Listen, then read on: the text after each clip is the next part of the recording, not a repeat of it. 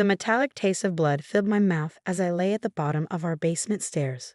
Above me, Jessica stood with her hands still outstretched, her face a mixture of rage and something else. Satisfaction, maybe? My parents' footsteps thundered down the stairs. What happened here? Mom's voice was sharp, but I noticed she was looking at Jessica, not me. She fell, Jessica said quickly, stepping back. She's so clumsy, you know how she is. I tried to speak to tell them that Jessica had pushed me after I caught her stealing money from my room again. But the pain in my chest made it hard to breathe. Every intake of air felt like knives stabbing my ribs. I didn't fall, I managed to gasp. She pushed. I must stop it. Dad cut me off. We don't need your dramatic accusations right now. I'm Emma Mitchell, and at 24, I was still living in my parents' house while finishing my medical residency. Jessica, my 26-year-old sister, had moved back home 6 months ago after her third failed attempt at college. Since then, the tension between us had escalated from snide remarks to something darker. Mom helped me sit up, and I couldn't hold back a cry of pain. I think we need to take her to the hospital, she said, worry creeping into her voice. No hospitals, Dad said firmly. We'll handle this at home, just like always. Just like always. Those words echoed in my head, reminding me of all the accidents it covered up over the years. The sprained wrist when Jessica threw a book at me during study time. The concussion from when she accidentally opened a door into my face. Each time, my parents found a way to handle it at home, to keep our family's image intact. But this time felt different. The pain was worse, and I could barely breathe. She needs a doctor, Mom insisted, her hand on my shoulder. Fine, Dad snapped. But Emma, you know what to say, right? You fell. You're clumsy. End of story. Jessica smirked behind them, knowing she'd get away with it again. She always did. The golden child could do no wrong in our parents' eyes. Her violence was always explained away as accidents, misunderstandings, or my own fault. The emergency room was busy that night. As we waited, Dad kept rehearsing the story with me. You were carrying laundry down the stairs. You missed a step. Simple accident. Dr. Sarah Martinez wasn't like our usual family doctor who always accepted my parents' explanations without question. She looked at me directly, not at my hovering family members, as she asked what happened. I fell down the stairs, I said automatically, the practiced lie feeling bitter on my tongue. Dr. Martinez's eyes narrowed slightly. She glanced at my family, then back to me. I'd like to examine Emma privately, she said firmly. That's not necessary, Dad started, but Dr. Martinez cut him off. It's hospital policy for potential trauma cases. Please wait outside. Once they were gone, she helped me onto the examination table. Now, she said quietly, why don't you tell me what really happened? Something in her tone, the genuine concern in her eyes, made me want to tell her everything. But years of conditioning kicked in. I told you I fell. Emma, she said gently, I've been an ER doctor for 15 years. I know what fall injuries look like. These bruises on your arms, they're grip marks. Someone held you before you fell. Tears welled up in my eyes, but I stayed silent. Let's get some x-rays, she said, not pushing further. Then we can talk more. The x-rays revealed 3 broken ribs and a hairline fracture in my wrist. But that wasn't what made Dr. Martinez's face darken with concern.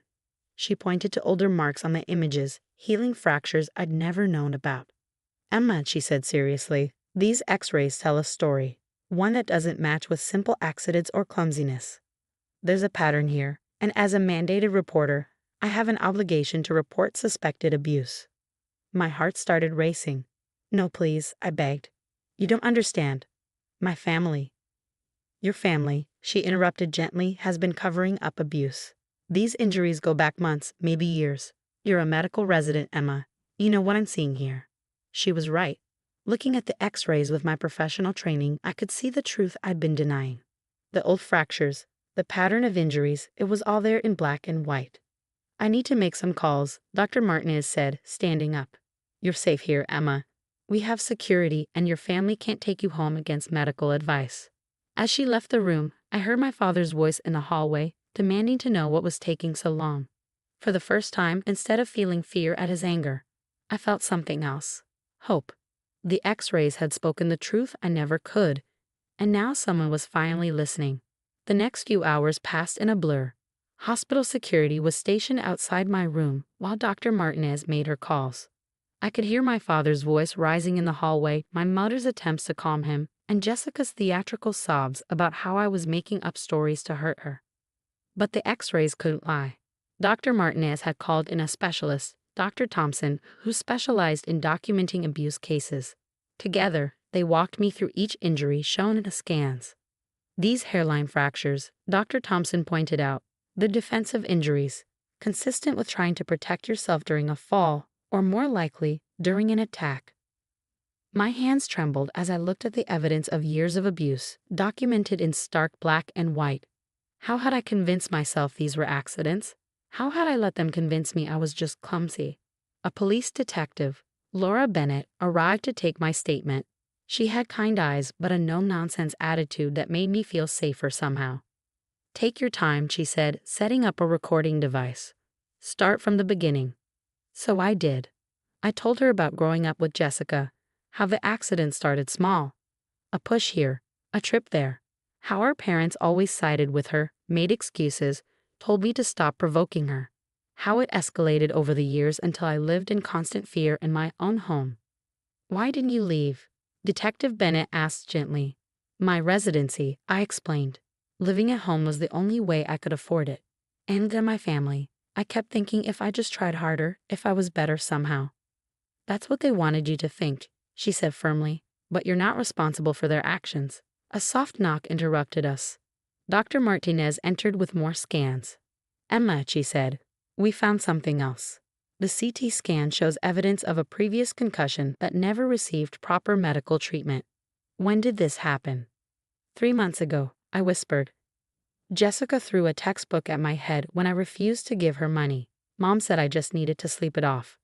Detective Bennett's pen moved quickly across her notepad. "We'll need to document all of this." Suddenly, there was commotion in the hallway. Jessica's voice rose above the others. "You can't keep me from my sister. This is ridiculous. Emma, tell them the truth." The security guard blocked the door as Jessica tried to push past him. Our eyes met through the doorway, and for the first time, I saw something in her expression I'd never seen before. Fear. She knew the game was over. The x-rays had exposed every lie, every accident, every covered-up attack. Our parents couldn't smooth this over with explanations about my clumsiness or accusations about my attention-seeking behavior. "Miss Mitchell," Detective Bennett called out to Jessica, "I suggest you step back or we'll add attempting to interfere with a police investigation to your charges." Jessica's face crumpled. "But it wasn't. I didn't mean." She looked desperately toward our parents, but they were occupied with their own problems. Dad was arguing with hospital administration, and Mom sat in a chair, crying quietly into her hands. Dr. Martinez sat beside my bed, her presence reassuring. "Emma, we'd like to keep you overnight for observation. We're also arranging for you to speak with a counselor." "What happens now?" I asked, looking between her and Detective Bennett. "Now," Detective Bennett said, "we build a case. The x-rays provide clear evidence of sustained abuse. Combined with your statement and the hospital documentation, we have enough to proceed with charges." "Charges?" My voice shook. "Against Jessica. And potentially your parents for failing to protect you and covering up abuse. They had a legal obligation to prevent harm and seek medical care for your injuries." It felt surreal. For years, I'd lived in fear, believing I had no choice, no voice, no proof. Now, thanks to one doctor who refused to look the other way, everything was changing. "You don't have to decide everything right now," Dr. Martinez assured me. "Focus on healing. We can help you find temporary housing once you're discharged, somewhere safe." "I have a friend," I said, thinking of Sarah, my best friend from medical school. "She's been trying to get me to move in with her for months." Detective Bennett nodded approvingly. "That's good. You'll need a support system." As they left my room, I could still hear my family in the hallway. But for the first time, their voices didn't fill me with dread. The x-rays had given me something I'd never had before. Proof. Proof that I wasn't crazy, clumsy, or making things up. Proof that couldn't be explained away or covered up. I took out my phone and texted Sarah, "Remember that spare room you offered? Is it still available?" Her response was immediate. "Always. For as long as you need." Want to tell me what's going on? Looking at the x-rays still displayed on the light board, I replied, it's a long story, but I'm finally getting out. 6 months later, I stood in Sarah's kitchen, making coffee before my morning shift at the hospital. The newspaper on her counter caught my eye, specifically the small headline of Jessica's sentencing. She'd gotten 2 years probation, mandatory counseling, and a restraining order keeping her away from me. My parents have faced consequences too. Dad lost his position on the hospital board when the cover-ups came to light, and Mom's social standing in our small community crumbled as the truth spread. They'd both taken plea deals, probation and community service, plus mandatory counseling. You okay? Sarah asked, entering the kitchen. She'd been my rock through everything, the court proceedings, the therapy sessions, the nights when the memories kept me awake. Yeah, I said, surprising myself by actually meaning it. I am. My phone buzzed. A text from Dr. Martinez. She'd become a mentor of sorts, helping me navigate both my medical career and my healing journey. Ready for your presentation today.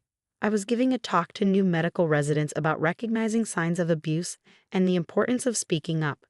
My own x-rays, with permission, would be part of the presentation. You know, Sarah said, watching me gather my materials, I'm really proud of you. Not just for getting out, but for using your experience to help others. She was right. In the months since that night in the ER, I found my voice in ways I never expected. I'd helped develop new protocols for the hospital's emergency department, making it easier for staff to identify and report suspected abuse cases. At the hospital, I ran into Jessica in the parking lot. Not by accident, I knew. She'd been waiting for me.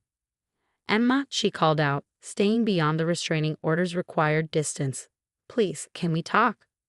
I looked at my sister, really looked at her. She seemed smaller somehow, less threatening. The counseling had apparently been working. I'd heard through family friends that she'd been diagnosed with several mental health issues and was finally getting treatment. I can't, I said firmly.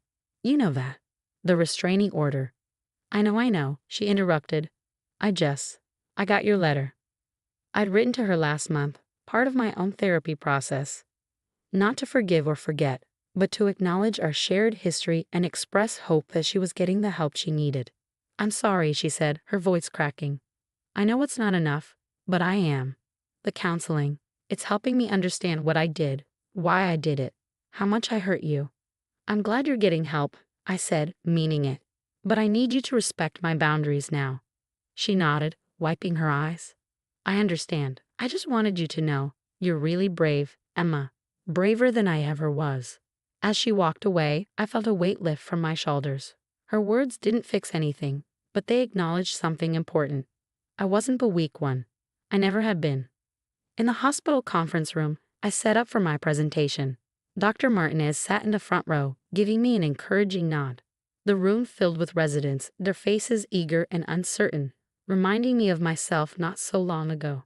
6 months ago, I began pulling up the first x-ray. I was the patient, not the doctor. These images tell a story, not just of abuse, but of silence, of cover-ups, of the way family dynamics can normalize violence. I clicked through the images, explaining each injury, each missed opportunity for intervention. As medical professionals, we're often the first line of defense. Sometimes we're the only ones who can speak for those who've been silenced. After the presentation, a young resident approached me, her hands shaking slightly. Dr. Mitchell, she said quietly, your story, it helped me understand something about one of my patients. Trust your instincts, I told her. Do what I wish someone had done for me sooner. That evening, I returned to Sarah's house. My house now, really, feeling exhausted but fulfilled. A letter waited in the mailbox from my parents. They'd been writing regularly, trying to make amends. Sometimes I read their letters, sometimes I didn't. Today, I chose to open it. Dear Emma, Mom wrote, we watched your interview on the local news about the hospital's new abuse prevention protocols. We are so deeply sorry for failing you, for not protecting you when you needed us most. Your courage in speaking out has forced us to face our own failures. I folded the letter, saving the rest for later. Their guilt, their regret. It wasn't my burden to carry anymore. I was building a new life, one where my voice mattered, where my experiences could help others, where the truth didn't have to stay hidden. The x-rays that exposed my family's secrets now hung in my office, not as a reminder of trauma, but as a testament to survival. They spoke louder than any lie, broke through years of silence, and gave me back something I'd lost long ago, my power.